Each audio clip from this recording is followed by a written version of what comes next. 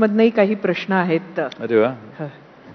Sir, अगदी सुरुवातीचं उत्तर देत असताना सर इकडे तुम्ही सरकारला रेटिंग दिलं, प्रसिद्धीसाठी 11, कामासाठी 6 आणि अर्थ खात्याला म्हणजे दादांच्या अर्थ खात्याला तुम्ही 2 दिलं. नाही, दादांच्या अर्थ खात्याला नाही, सरकारचं रेटिंग काढले मी. सरकारच्या अर्थाला दादांच्या अर्थ खात्यावर नाही, ते अर्थमंत्र्याला शेवटी सरकारचे मुख्यमंत्री जे ठरवतात ते शेवटी करावं लागतं. त्यामुळं हे राज्याच्या सरकारचं रेटिंग आहे. तेवढे पुरतं अर्थ खात्याला टार्गेट करू नका. मी एका खात्याबद्दल नाही बोललेलो, सरकारचं रेटिंग काढलंय आपण. माझा प्रश्न थोडा पुढे, तुम्ही सरकारचं रेटिंग तर दिलं, पण मागच्या वर्षभरामध्ये आम्हाला सर्वसामान्यांचे प्रश्न घेऊन रस्त्यावर ताकदीनं न उतरल्या विरोधकांना त्यांचं काय रेटिंग कराल तुम्ही? नाही, ताकदीनं म्हणजे काय? म्हणजे ताकदीनं म्हणजे आम्हाला तीनही पक्ष खूप कमी वेळा एकत्र दिसले. महाविकास आघाडी सत्तेत जशी एकत्र दिसली होती 2019 ते 22 पर्यंत, सरकार पडेपर्यंत. काय असतं, आता निवडणूक आयोगाच्या संदर्भात आम्ही सर्व एकत्रित, महाविकास आघाडी एकत्रित आली, किती मोठ्या प्रमाणात माणसं एकत्रित आली हे दिवसभर चाललं चॅनल्सवर. पाहिलं ते. तसं शहरामध्ये आणि तालुक्यामध्ये जिथं मोर्चे काढायचे ते 3-3 पक्ष एकत्रित अनेक ठिकाणी आलेत. जवळजवळ 100-150 तालुक्यात एकत्रित येऊन त्यांनी मोर्चे काढलेले आहेत. पण ती लहान संख्या आहे, म्हणजे कधी 500 गोळा झाले, कधी 200 गोळा झाले, कधी 1000 गोळा झाले. त्यामुळं ते प्रसारमाध्यमात सगळेच आले असं नाही, पण त्या भागातल्या अन्यायावर ते एकत्रित येऊन लढाई करतातच.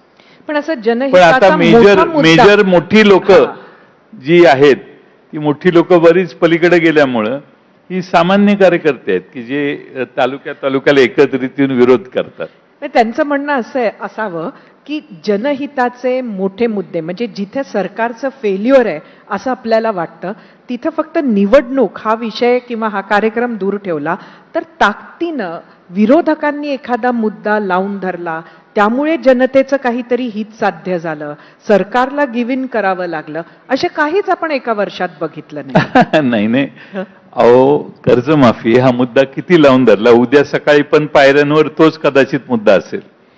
इतक्या वेळेला कर्जमाफी लावून धरली तरीही कर्जमाफीचा निर्णय झाला नाही. आम्ही एखादा मुद्दा, आता सोयाबीनचा दर अजूनही 3400 रुपयेच आहे मला वाटतं, कुठे वाढला? आम्ही लावून धरले, प्रत्येक अधिवेशनात हे विषय लावून धरले. कपाशीचा दर, काय परिस्थिती आहे, पूरहानी झाली किंवा अतिवृष्टी झाली त्याविषयी आम्ही मोर्चे काढलेत महाराष्ट्रभर, वेगवेगळ्या ठिकाणी मागणी केलेली आहे, निवेदनं दिलेली आहेत. केलं नाही असं नाही, पण शेवटी पुन्हा तोच विषय आहे की अनेक ठिकाणी मोर्चे निघालेले आहेत. संघटितपणाने एकत्रित मोर्चा निघाला तर तुमच्या डोळ्यात तो येतो. वेगवेगळ्या तालुक्यात आले, मी म्हणजे प्रसार माध्यमांच्या तालुक्यात काढले तर त्याला फार प्रसिद्धी मिळत नाही, पण जिल्ह्याला काढले तर त्याला प्रसिद्धी मिळते. मी चॅनल अन्याय करत असं मी म्हणत नाही. जिल्ह्यात जे निघतात त्यावेळी सगळे चॅनल प्रसिद्धी देतात, नाही असं नाही. पण प्रसिद्धी कशी असते, लाईव्ह असतं, एखाद्या वेळी रिपीट होतं, परत संध्याकाळी प्राईम टाईमला गायब होतं. असे वेगळे अनुभव आहेत. तुमच्याबद्दल मी अजिबात बोलत नाही, पण जनरल सांगतोय. राज्याचे मुख्यमंत्री काल राज्याच्या आर्थिक स्थितीबद्दल टिप्पणी करताना असं म्हणाले की राज्याची आर्थिक परिस्थिती अडचणीची आहे पण ती दिवाळखोरीची नाही. तर केवळ लाडक्या बहिणीच्या योजनेमुळे ही आत्ताची परिस्थिती आली असं आपल्याला वाटतं का, की त्याला अन्य पण काही कारण आहे? आणि या परिस्थितीत एक सांगतो, Ladki Bahin is a very good योजना, खोटं बोलणार नाही. पण कुणासाठी? गरीबातल्या गरीब महिलेसाठी. त्या महिलेला 1500 रुपये मिळाले ना तरी तिचं सगळं फार प्रश्न तिचे बिचारीचे सुटतात. त्यामुळं माझा त्या योजनेला विरोध नाही आहे, कळलं का? नंबर 1 ती पण ही सरसकट दिलं. मी जे सांगितलं 2,35,00,000 महिला आता एकदम 1,06,00,000 आल्या. त्यांना क्रायटेरिया लावून हळूहळू सगळ्यांना बाहेर काढलं. तर त्या बाहेर गेलेल्या कोण आणि किती, प्रत्येक तालुक्यात आणि जिल्ह्यात ती नावं एकदा प्रकाशित केली. आता मला माहिती असणारे 4-5 महिला आहेत की ज्या बिलो पॉवर्टी लाईन किंवा पॉवर्टी लाईनच्या जवळपास राहतात, पण त्यांचंही बंद झालं. असं अन्यायही झालेलं आहे. तर म्हणून पारदर्शीपणा पाहिजे त्या व्यवस्थेत. पण लाडकी बहीण ही गरीब महिलांना ज्यावेळी मिळतं त्यावेळी ती त्यांना आधार देणारी आहे. हे मात्र शेवटी गरिबाला काय, तुम्ही रस्ता करा, हायवे करा, पूल करा, रेल्वे करा, विमान करा, काय करा, त्या मुलीचं किंवा महिलेचं घर चालायला तिला 1500 रुपये मिळाले तर तिकडे तुम्ही काय का करणार, पण मला 1500 रुपये मिळाले हा आनंद आहे. या नाजूक परिस्थितीत, राज्याच्या तिजोरीच्या नाजूक परिस्थितीमध्ये सरकार जे आश्वासन देत आहे शेतकरी कर्जमाफीचं, ते प्रत्यक्षात उतरताना पाहायला मिळेल का? कारण आपल्याला खूप दीर्घ अनुभव आहे अर्थमंत्रीपद सांभाळण्याचा. शक्य आहे एक कर्जमाफी? सांगू का, 99 साली मी अर्थमंत्री झालो त्यावेळी असंच 27% म्हणजे हे जे तुम्ही तिप्पट वगैरे म्हटला ना, ते ग्रॉस डोमेस्टिक प्रॉडक्टच्या किती टक्के कर्ज काढायचं ह्याच्या लिमिट सगळ्या क्रॉस केलेल्या. त्यावेळी प्रचंड ताण सरकारवर आल्यावर पहिला भरडला जातो तो खालचा माणूस जो अर्थव्यवस्थेच्या तळाशी आहे. तसं हे होणार भविष्यात आणि चालू आहे आता ते. तर त्यामुळे अर्थव्यवस्था अडचणीत आली आहे का याचं उत्तर मुख्यमंत्र्यांनी दिलेलं आहे. यस, आलेली आहे. आता कर्जमाफी देणार का हा तुमचा दुसरा प्रश्न आहे. तर मुख्यमंत्री म्हणतायत अडचणीत आलेली आहे.